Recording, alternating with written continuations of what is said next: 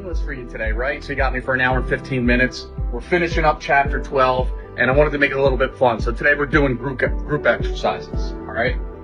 So I'm a big believer that everything happens when it comes to sales, marketing, revenue management, and just overall relationships. A lot of it happens by chance in what we do, who we meet, who we come across, all that stuff. So about a year ago, close to a year ago, maybe a little less, I met a guy. His name's Nick Ray. He's the owner of a company called Krieg & C, okay? So as you know, right, I'm a big tattoo enthusiast. I'm fascinated by it. I'm covered in it.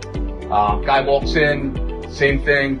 So we start talking, and he's like, yeah, I own a tattoo parlor across the street. You should come by and see it. It's called Krieg & C. I'm like, okay, yeah, absolutely, definitely. You know, I'm going to check it out. So I go, and I walk in, and it's not your typical, if you've ever been in a tattoo parlor before, it's not your typical storefront. So I'm looking at it, and I'm like, okay, this is kind of cool, because I see a lot of different things, not just, you know, stations for tattoos, but like I see apparel. Like his storefront had rings and jewelry and necklaces, bracelets, all of that stuff. And it was stuff that I like too. You know, it's stuff that you see like, you know, that you would see at craft shows, people selling them, the beaded bracelets, all of that. So I said to him, well, you know, Nick, a couple things. First, how'd you come up with the name Krieg & C? Tell me, like, you know, like, where did that derive from? He says, well, in German, Krieg & C means war and victory. And I said, okay, so you got my attention.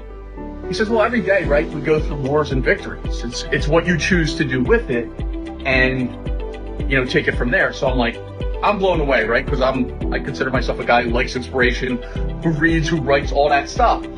So I'm like, all right, this is cool. I said, so what's your vision with your store? Come to find out, he's not even a tattoo artist. So now I'm really blown away. He has, you know, tattoo artists that work in his studio.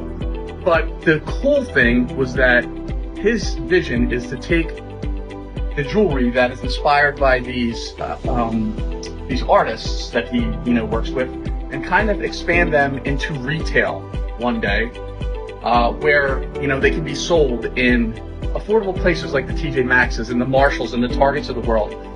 And I said, wow. I said, well, let's have some synergy. Let's talk. So we go over some things. We start talking about marketing. Anyway, he's made some huge ground. And I think he is definitely on the path to forge that. Here's what today's exercise is going to be. I want you to take a look at his website.